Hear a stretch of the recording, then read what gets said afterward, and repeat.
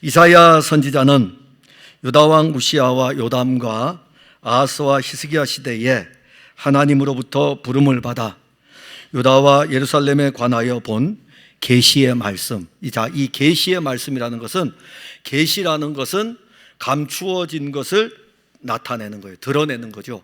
그래서 하나님의 영원한 구원의 계획 속에 감추어진 것을 하나님께서 우시야와 요담과 아하스와 히스기야 시대에 이사야 선지자를 불러가지고 감추어진 이 놀라운 일들을 이사야 선지자를 통해서 나타내고, 그리고 그것을 글로 기록을 합니다. 그게 바로 이사야서입니다.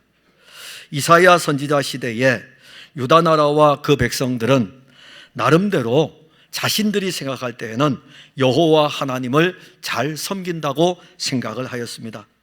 그런데 이사야서 1장 12절의 말씀을 보면, 너희가 내 앞에 보이러 오니 이것을 누가 너희에게 요구하였느냐, 내 마당만 밟을 뿐이니라 라고 하면서 형식적이고 사람들에게 보이려고 지키는 유다 백성들의 종교적 행태에 대해서 여호와 하나님은 신랄하게 비판하고 있습니다. 문제는 이렇게 비판하고 있음에도 불구하고 유다 백성들은 자기들의 영적인 상태를 알지 못한다는 것입니다. 여호와 하나님은 이러한 유다 백성들에게 선지자를 보내어서 그들의 영적인 상태를 고발을 합니다. 너희들의 영적인 상태가 지금 이러하다라고 고발을 하지만 유다 백성들은 이사야 선지자로부터 전해지는 여호와 하나님의 말씀에 귀를 기울이지 않았습니다.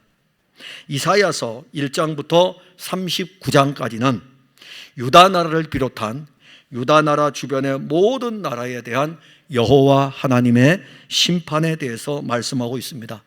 그리고 난 후에 40장부터 66장까지는 유다 나라에 대하여 회복하실 것에 대해서 말씀을 하는데, 그 유다 나라 회복에 관한 이 말씀에서 언급되는 중요한 내용이 임마누엘이고 메시아 그리스도입니다. 그래서 이사야서 7장 14절에 보면, 주께서 친히 징조를 너희에게 주실 것이라. 보라, 처녀가 잉태하여 아들을 낳을 것이요 그의 이름은 임마누엘이라 하리라.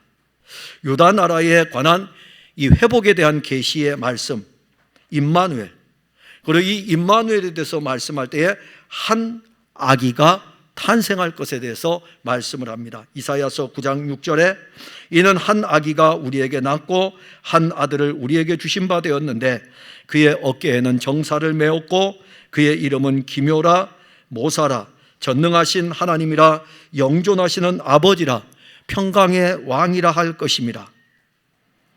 그리고 이 이사야서 9장 1절에 영존하시는 아버지, 평강의 왕이 한 아기로 이 땅에 오는데 이 아기가 어디에서 활동할 것인지에 대해서도 말씀합니다. 그게 바로 이사야서 9장 1절인데, 전에 고통받던 자들에게는 흑암이 없으리로다. 옛적에는 여호와께서 스불론 땅과 납달리 땅이 멸시를 당하였더니 후에는 해변길과 요단 저쪽 이방의 갈릴리를 영화롭게 하셨느니라. 한 아기의 출생, 이 한 아기가 영존하시는 아버지이고 그리고 평강의 왕이시고 그에게 모든 정사가 있고 이가 어디서 활동할 것인가? 이방의 땅 갈릴리를 영화롭게 하셨느니라. 이렇게 이사야 선지자에게 감추어져 있던 놀라운 비밀을 하나님이 보여주신 거예요. 보여주면서 자기 백성들에게 전하라고 알려줍니다. 그런데 이 이사야 선지자를 통해서 보여준 이 계시의 말씀은 700년이 지난 뒤에 그대로 성취가 됩니다. 오늘 우리는 이사야 선지자를 통해서 계시한 하나님의 아들 예수 그리스도가 부르는 그 소리를 듣기를 원합니다. 이사야 선지자를 통해서 부르는 그리스도 예수의 부름이 오늘 예배에 참여한 여러분들에게 들려지는 그 부름이기를 원합니다. 먼저는 우리가 왜 그 부름에 귀를 기울여야 되냐면은 인간이 전적으로 무능력하기 때문에 그러합니다. 본문 1절에 보면 오호라 너희 목마른 자들아 물로 나오라 돈 없는 자도 오라. 여기 목이 마르다 이렇게 말씀해요. 너희 목마른 자들아, 목이 마른 자들. 자, 여기 이 목이 마른 것은 육신의 목마름이 아닙니다. 영적으로 목이 마른 거죠. 그러기에 이 목이 마르다는 이 의미는 영적으로 목이 마른 것이며, 영적으로 목이 마른 이 부분의 문제를 인간이 해결할 수 없기 때문에 우리는 이 부분에 대해서 전적으로 타락하고 부패한 한 인간을 볼 수 있고, 그리고 스스로 이 목마름을 해결할 수 없는 인간의 전적인 무능력한 영적 상태를 우리가 볼 수 있습니다. 인간의 타락한 본성은 자기 스스로는 영적인 갈증을 해결할 수 없습니다. 스스로 나뭇잎으로 옷을 만들어 자기의 죄악된 수치를 가리려고 하지만 그 수치는 드러나게 되어 있습니다. 인간은 전적으로 무능력하여 자기의 힘으로는 구원에 이를 수 없습니다. 이러한 인간을 여호와 하나님은 이사야 선지자에게 말씀하시기를, 목마른 자들아, 너희 목마른 자들아, 전적으로 타락하고 전적으로 부패하고 그로 인하여 전적으로 무능력한 이 목마름을 해결할 수 없는 너희들, 그러면서 로마서 3장 12절에서 다 치우쳐 함께 무익하게 되고 선을 행하는 자 없나니 하나도 없도다. 근데 문제는 이 55장 1절에 오호라 너희 목마른 자들아 라고 했을 적에 이 말씀을 듣는 유다 백성들이에요. 유다 백성들은 자기들이 선을 행하는 자인 줄 알았어요. 자기들의 의로 선에 이를 줄 알았어요. 자기들의 이 영적인 갈증을 해결할 줄 알았어요. 여호와 하나님은 스스로 의롭게 여기며 선을 행하고 있다고 생각하는 유다 백성들을 향하여 이렇게 말씀했습니다. 이사야서 1장 10절에 너희 소돔의 관원들아 여호와의 말씀을 들을지어다. 너희 고모라의 백성아 우리 하나님의 법에 귀를 기울일지어다. 소돔과 고모라, 아브라함 시대에 하나님의 불심판을 받은 곳입니다. 하나님은 유다 백성들을 부르기를 아브라함과 이삭과 야곱의 자손으로 지금 부르지를 않습니다. 아브라함의 자손아, 아브라함과 이삭과 야곱의 자손아 이렇게 부르지를 않고 너희 소돔의 관원들아 여호와의 말씀을 들을지어다. 너희 고모라의 백성아 우리 하나님의 법에 귀를 기울일지어다. 왜 여호와 하나님은 유다 백성들을 향해서 아브라함의 자손이라 부르지 아니하고 소돔의 관원이라고 부르고 있으며 고모라의 백성으로 부르고 있습니까? 소돔과 고모라가 왜 심판을 받았습니까? 하나님의 진노를 유발시켰고 그들의 이 범죄의 행위가 하나님의 진노를 쏟아붓게 함으로 말미암아 하나님은 그들에게 하나도 남김없이 다 태워 죽이는 그냥 쏟아부어 버렸어요. 그래서 이 소돔과 고모라는 그들의 죄악을 드러내는 것이고, 그리고 이 그들의 죄악을 드러내면서 소돔의 관원, 고모라의 백성이라고 말씀하는 것은 유다 백성들의 종교적 죄악이 얼마나 극심하였는가를 알려주는 말씀입니다. 유다 백성들은요, 여호와 하나님께 제사를 드리기 위해 수많은 제물들을 가지고 왔습니다. 그리고 그 제물을 잡아가지고 하나님께 드렸습니다. 이것은 그들의 종교적인 열심입니다. 근데 여호와 하나님이요, 그 제물을 지겨워하고 있습니다. 이사야서 1장 11절에 여호와께서 말씀하시되 너희의 무수한 제물이 내게 무엇이 유익하뇨? 나는 순양의 번제와 살찐 짐승의 배불렀고 나는 수송아지나 어린 양이나 수염소의 피를 기뻐하지 아니하노라. 어디 그뿐입니까? 제물만 그런 게 아니에요. 유다 백성들은 절기와 안식일과 그리고 그들이 지키는 대회조차도 하나님께서는 내가 견디지 못하겠다 이렇게 말씀하십니다. 이사야서 1장 13절에 헛된 제물을 다시 가져오지 말라. 분향은 내가 가증히 여기는 바요. 월삭과 안식일과 대회로 모이는 것도 그러하니 성회와 아울러 악을 행하는 것을 내가 견디지 못하겠노라. 성회라 그랬어요. 거룩한 무리들의 모임입니다. 그런데 거룩한 무리들의 이 모임과 더불어 너희들은 악을 행하고 있는데 내가 견디지 못하겠다. 왜 여호와 하나님은 유다 백성들이 여호와 하나님을 섬기기 위해서 모이는 것을 악이라고 하였습니까? 왜 여호와 하나님은 유다 백성들이 여호와 하나님을 섬기기 위해서 제사를 드릴 때에 제물을 가져오는 것을 내가 지겹다고 이렇게 말씀하고 있을까요? 유다 백성들은 성회로 모이고 모일 때마다 제물을 가져와 제사를 드리지만 그들이 하는 일들이 악한 일들이었습니다. 상상할 수 없는 거예요. 그들은 전혀 그런 생각 해본 적이 없어요. 그런데 오늘 선지자를 통해서 여호와 하나님 말씀하시는 것은 그들이 전혀 모르던 것에 대해서 지금 말씀하시는 것입니다. 외형적으로는 성전의 마당을 밟으면서 제사를 드렸습니다. 그들은 자기들이 제사를 드리는 이것을 자기들의 영적 선으로 생각을 했습니다. 그래서 유다 백성들의 영적인 사고는 외형적인 제사와 성회에 초점을 맞추었기 때문에 자기들이 생각할 때에는 우리가 지금 제대로 제사 드리고 있는데, 우리가 안식일을 지키고 있고, 우리가 왜 매월 첫날 월삭을 하나님께 드리고 있는데, 절기를 지키고 있고, 거룩한 대회 1년에 한 번 드리는 대속죄일에도 우리는 나오고 있는데, 근데 여호와 하나님은 왜 악이라고 그럴까? 여호와 하나님이 보실 때는 악한 것인데 유다 백성들은 왜 그것을 알지 못할까? 그것은 딱 하나예요. 자기들의 영적인 목마름을 알지 못하기 때문입니다.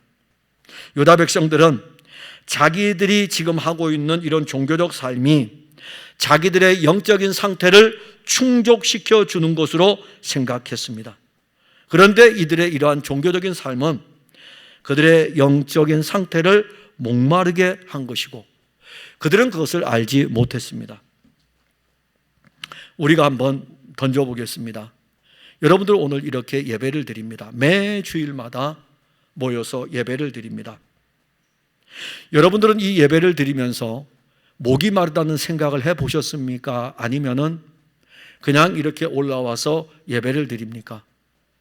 아마 오늘날 우리 여호와 하나님께서 이 구약의 제사제도로 가서 우리의 예배를 같이 비교해서 말씀하신다면 나는 너희들의 찬송 소리가 지겹다. 나는 너희들의 예배가 지겹다. 그렇게 할 수도 있지 않겠어요? 왜 그럴까요? 왜 그런 말씀을 하실까요? 지금도 이 시간에 이 땅에 같은 동시간대에 있는 이 땅에 수많은 사람들이 예배를 드리기 위해서 교회로 올라가 있고 영상으로 비대면 예배를 드리고 있습니다. 근데 예배를 드리는 여러분들에게 영적인 갈급함, 영적인 목마름 이러한 것들이 있습니까? 아니면은 여러분들이 올라와서 이 자리에 앉아 있고 영상 앞에 시청을 하면서 그냥 예배를 드리고 있습니까? 그러면서 여러분들은 11시 예배를 시작해서 우리 교회가 12시 20분에 예배를 마치면 예배 오늘 드렸네 이렇게 생각을 하고 또 돌아갈 것이죠. 그리고 다음 주가 되면 그렇게 또 올라올 것이죠. 그 다음 주가 되면 또 그렇게 올라올 것이죠. 1년 52주를 그렇게 다닐 것이죠. 그러면서 우리는 스스로 생각합니다. 나는 예배를 드렸어. 그런데 예배를 드렸는데 여러분들의 영적인 상태는 지금 시원합니까? 아니면은 여러분들의 영적인 상태는 여전히 목마릅니까? 유다 백성들이 그때에 그랬어요. 늘 안식일에 올라오고 제사를 드리며 제물을 가지고 올라와서 제사를 드릴 때 그들은 생각했어요. 우리는 영적으로 이제 하나님 앞에 제사를 드렸어. 우리 짐승도 가지고 와서 말씀하신 대로 다 했어. 그들은 그것으로 만족을 했습니다. 만일 오늘 여러분들이 여기에 앉아 있는 것으로 만족을 한다면 목마른 상태로 또 돌아가게 될 것입니다. 우리는 우리의 악함을 알아야 됩니다. 구원을 받았어도 육신을 입고 있는 우리의 상태가 영적으로 얼마나 악한 존재인가를 알아야 됩니다.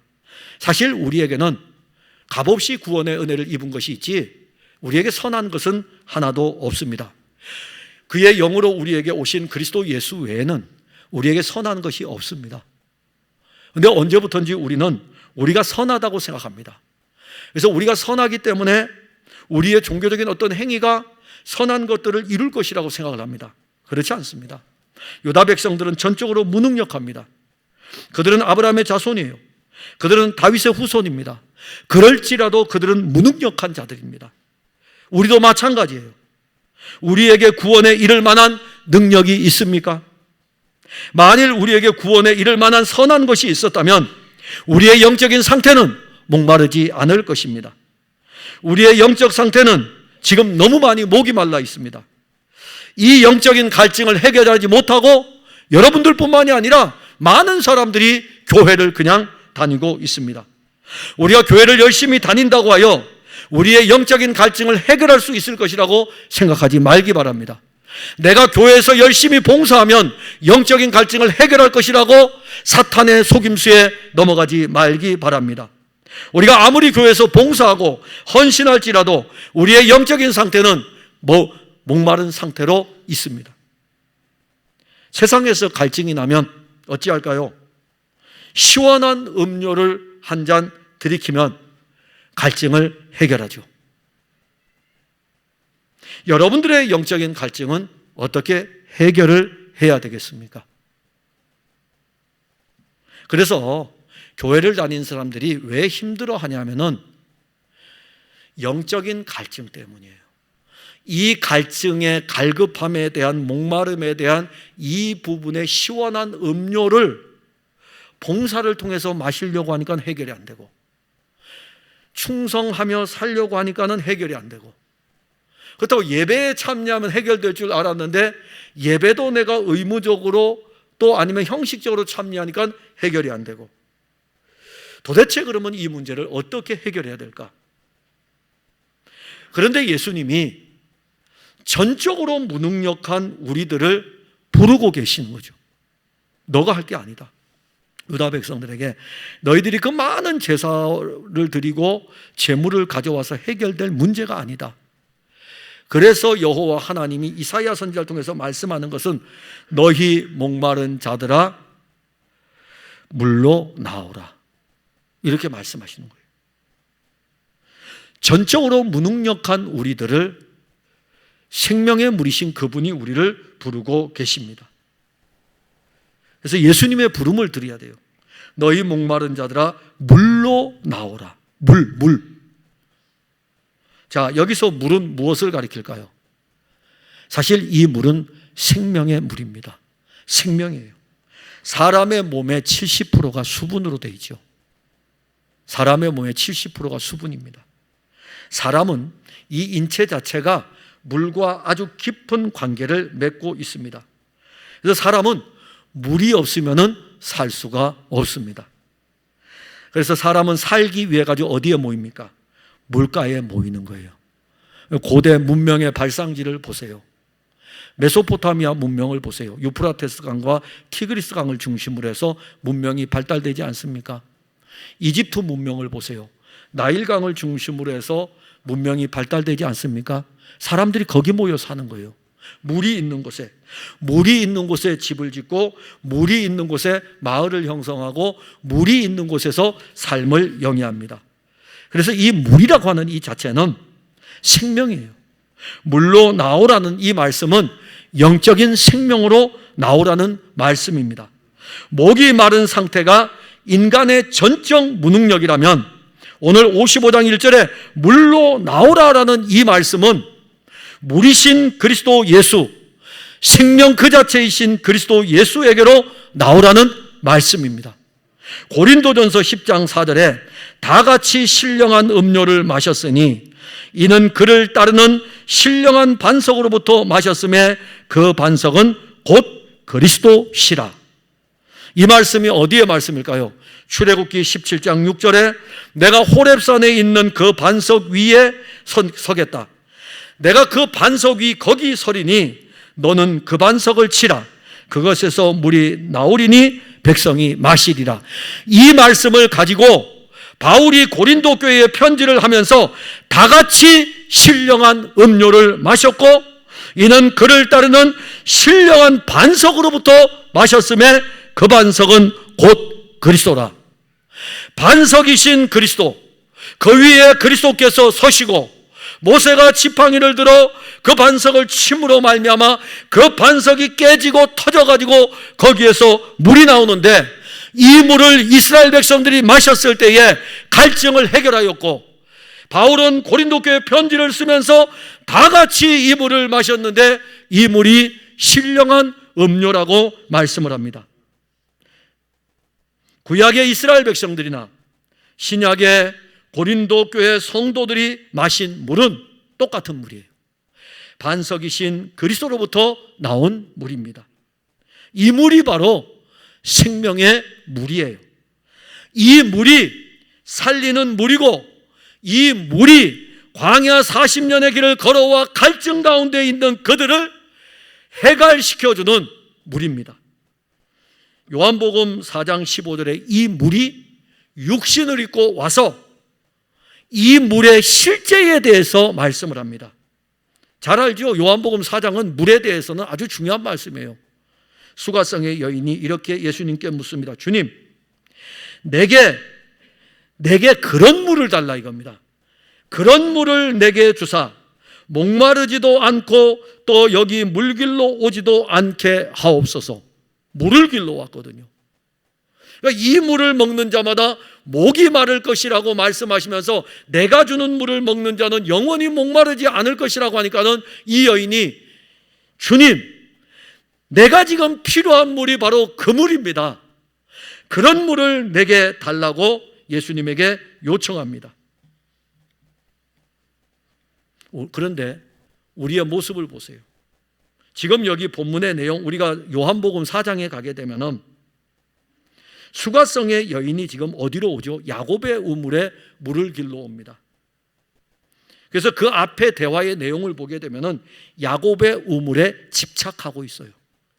요한복음 4장 12절에 우리 조상 야곱이 이 우물을 우리에게 주셨고 또 여기서 자기와 자기 아들들과 짐승이 다 마셨는데 당신이 야곱보다 더 큽니까?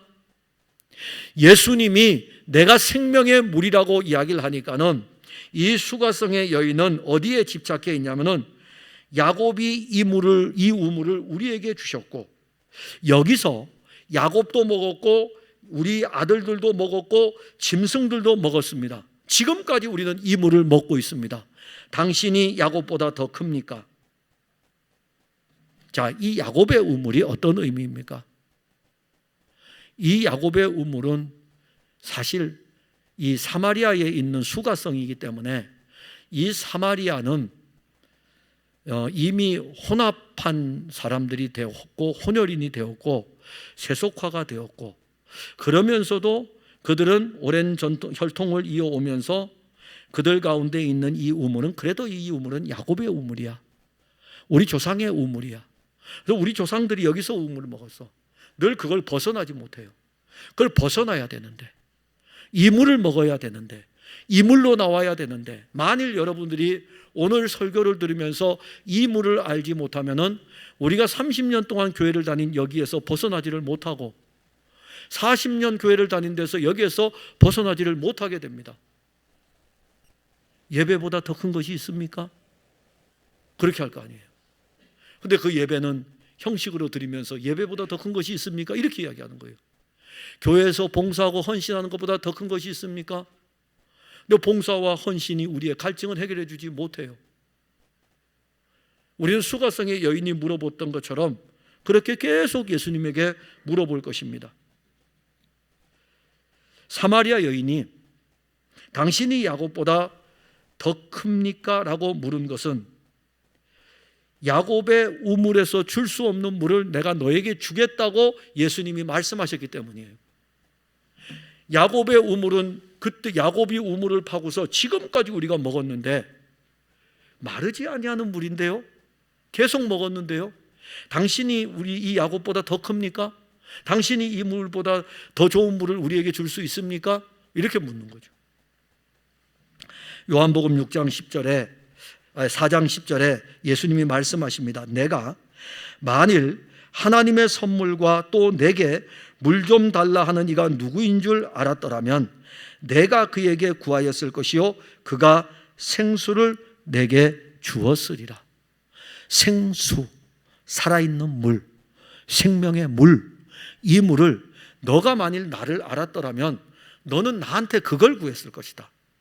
그러면 나는 생명의 물 자체이기 때문에 너에게 생명의 물을 줄 것이다.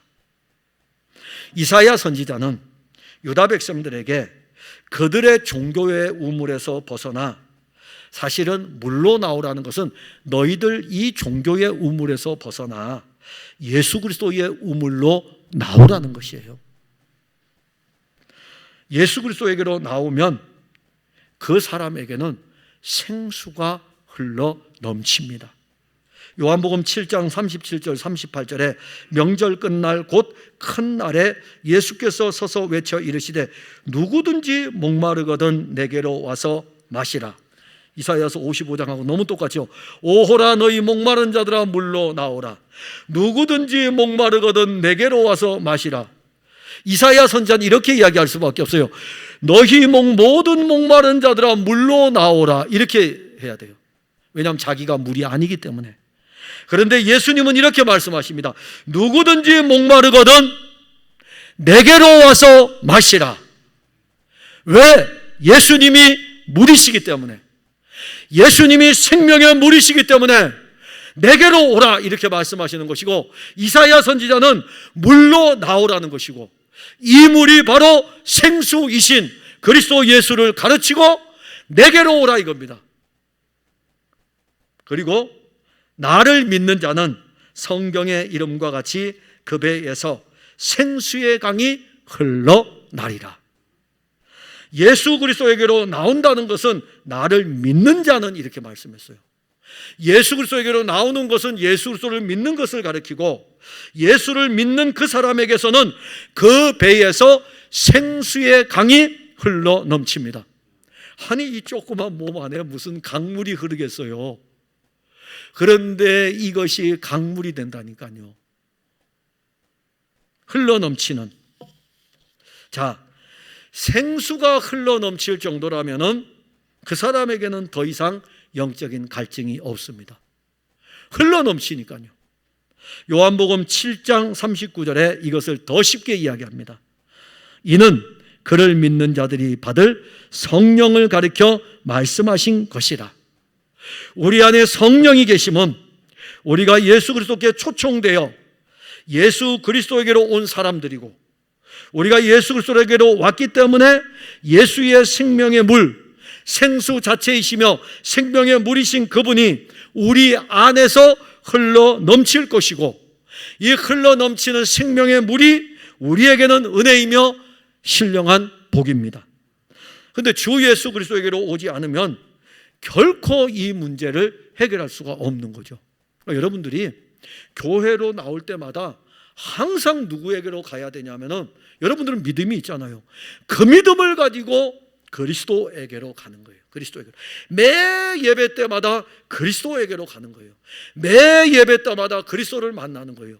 그래서 그리스도로부터 공급되어지는 이 생명의 물을 말씀을 통해서 끊임없이 공급받아 여러분들의 갈증을 해결하는 것입니다. 다른 거 없어요.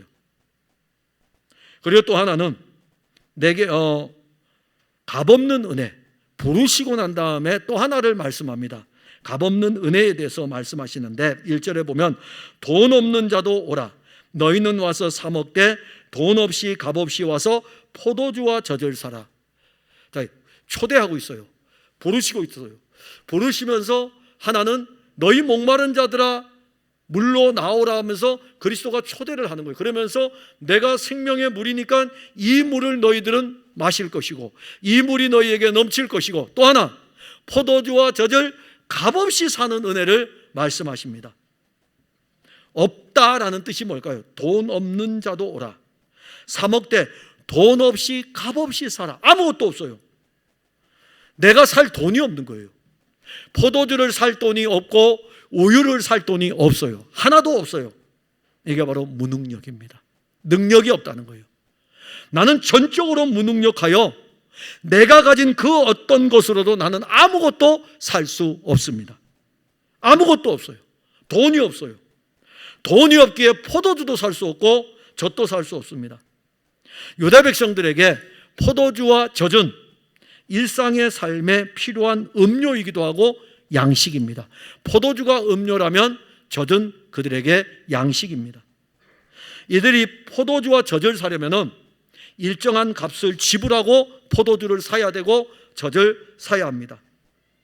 돈 없이 살 수 있는 것은 아무것도 없습니다. 그런데 오늘 본문 1절엔 돈 없이 값 없이 와서 포도주와 젖을 사라 말씀합니다. 이제 이걸 풀어야 돼요. 오늘 돈 없이 값 없이 살 수 있는 방법, 어떤 방법이 있을까요? 수수께끼.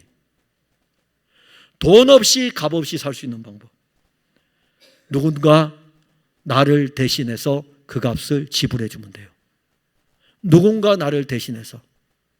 우리 주변에 음식점이 많죠. 교회에서 가끔 회의를 하게 되면은 예를 들어서 여름 성경학교 끝난다든지 수련회 갔다 온다든지 그러면은 그냥 간단하고 그리고 자리가 많은 장소는 어디냐면은 제가 오늘 그 사장님 혹시 뵙게 되면은 우리 교회에서 광고했다고 음식값 좀 내라고 해야 될 것 같아요. 고금기라고 하는 중국 음식점이 있습니다. 여러분들 중에 아시죠? 근데 제가 가서 이제 수련회 갔다 온 사람들이 되게 수고 많이 했어요. 근데 아무것도 안 주고, 자, 여러분들 가셔가지고 오늘 다른 거 먹지 말고 짜장면만 먹으세요. 그러면 또 이러죠. 목사님, 짬뽕은 먹으면 안 됩니까? 그럼 짬뽕까지 허용합니다. 그럼 또 옆에서 용기 낸 사람이 짬뽕 용기를 냈으니까 볶음밥은 안 될까요? 그럼 볶음밥까지만 허용합니다. 그러면 또 거기에서 갑자기 한 명이 또 툭 탕수육은요? 이러거든요.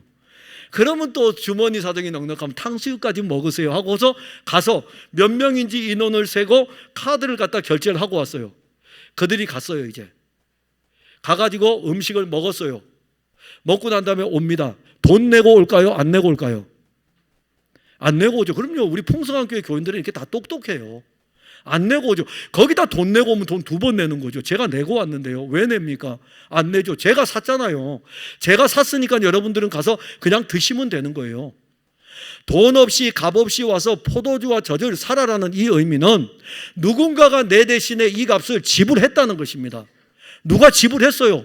그래서 여러분들은 그냥 포도주와 젖을 가져오면 돼요. 사라는 의미는 가져오면 되는 것입니다.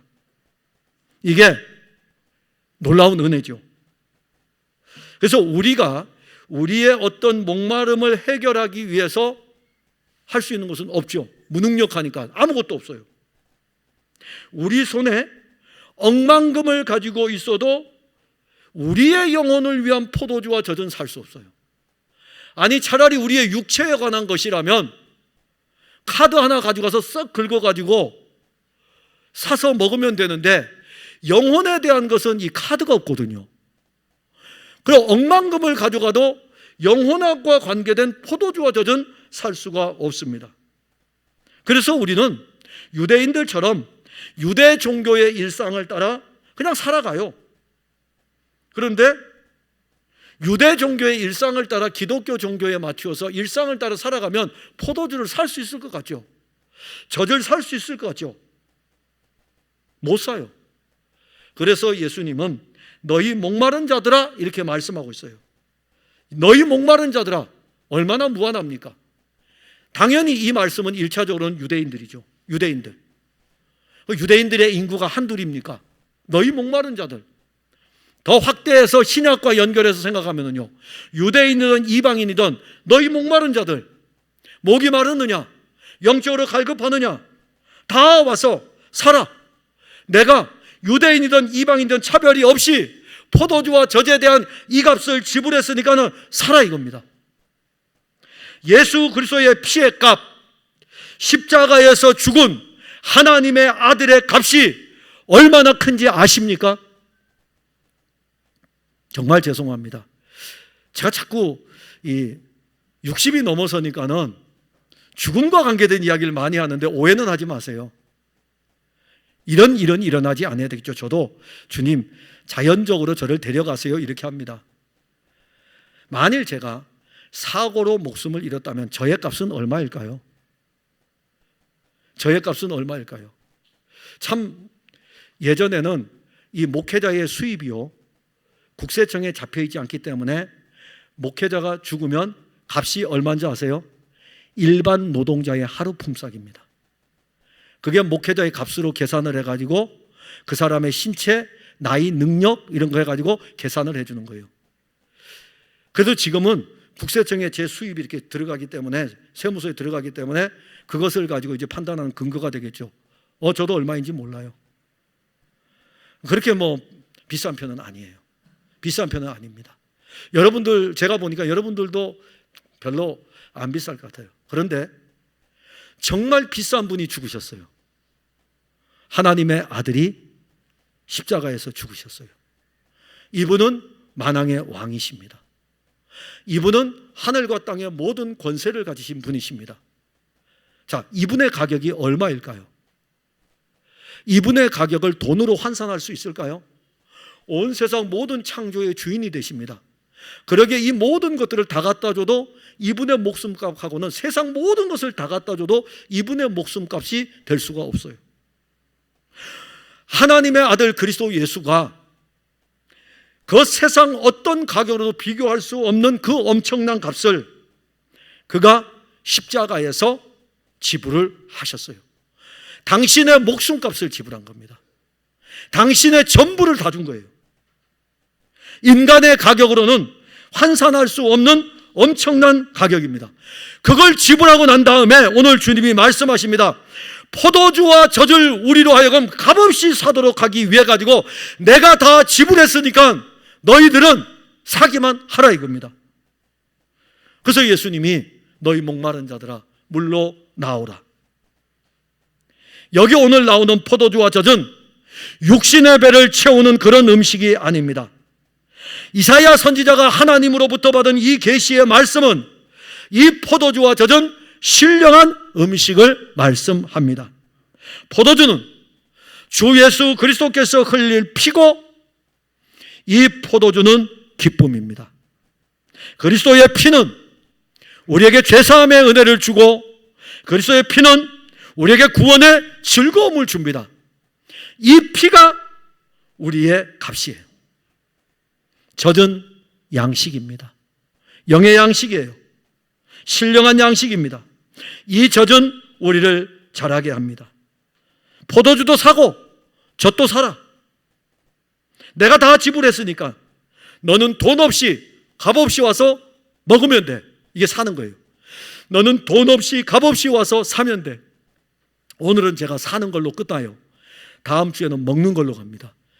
사서 또 진열장에 놓으면 안 되고, 사는 것이 아니라 그 다음에 먹는 걸로 가요. 점점점 풍성해지죠. 사세요. 그리스도의 십자가에서, 그리스도가 십자가에서 다 지불하셨습니다. 왜 망설입니까? 왜 망설여요? 저희 자녀들 이렇게 볼 적에 간혹 제가 어디를 갈 때에 자녀들에게 이렇게 카드를 주잖아요. 써 그러면은 고맙습니다 하고 그 카드를 가지고 쓸까요? 안 쓸까요?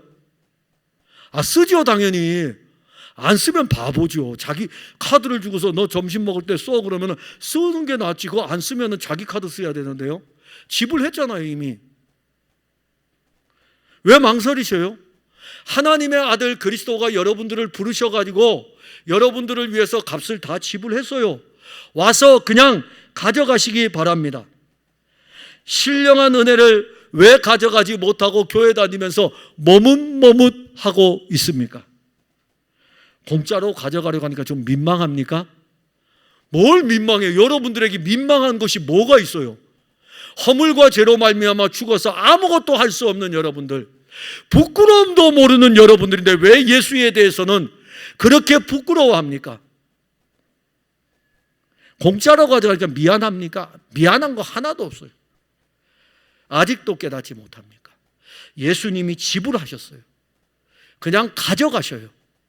사랑하는 성도 여러분, 우리는 전적으로 타락하고 부패하여 선을 행할 아무 능력이 없습니다. 예수 그리스도께서 우리를 부르고 있습니다. 주저하지 말고 그분이 부르실 때 아멘, 아멘 하고 달려가는 거죠. 예수께서 우리에게 각양에 좋은 것들을 주기를 원하십니다. 포도주를 주고 젖을 주기를 원하십니다. 그리스도 예수께서는 가장 좋은 것을 우리에게 주기 위하여 십자가에서 그 값을 다 지불을 하셨습니다.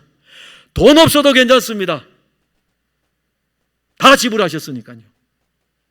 돈 없이 값 없이 와서 그리스도께서 지불하신 그 신령한 은혜를 마음껏 사먹으시기 바랍니다. 그리스도께서 지불하셨기 때문에 그냥 오시면 됩니다. 예수께서 부르실 때 거절하지 말고 주 예수의 이름을 부르고 주 예수께로 나아가기 바랍니다. 모든 것은 여러분들을 위해 준비해 놓았습니다. 각양의 모든 것들을 그리스도가 여러분들에게 주실 것입니다. 기도하겠습니다. 하나님, 은혜를 감사합니다. 오늘도 그리스도 예수는 성령으로 우리를 초대하고 있습니다. 우리를 부르고 있습니다. 그동안 우리는 무능력함에도 불구하고 타락하고 부패한 본성을 가지고 우리가 해보려고 하였고 우리가 나가려고 하였으나 시간이 가면 갈수록 우리 스스로가 거기에 매여서 영적 갈증만 쌓여갔습니다. 우리를 불러주심을 감사합니다. 너희 목마른 자들아, 주님 우리들입니다. 오늘 함께 예배드리는 이들이 다 목이 마른 자들입니다. 물로 나오라고 우리를 초대하십니다. 아멘. 주 예수여, 오늘 우리가 이렇게 다 아멘 아멘 하며 그리스도에게, 예수에게 왔습니다. 돈 없이 값 없이 포도주와 젖을 사라, 내가 다 지불하였다고 말씀하시는 그 말씀을 듣고 아무것도 없는 우리들이 그리스도가 지불한 그 포도주와 젖을 믿음으로 샀습니다. 우리 안에 기쁨이고 우리 안에 양식입니다. 참된 음료입니다. 우리의 영적 갈증이 그리스도이신 포도주 젖으로 해결함을 받았습니다.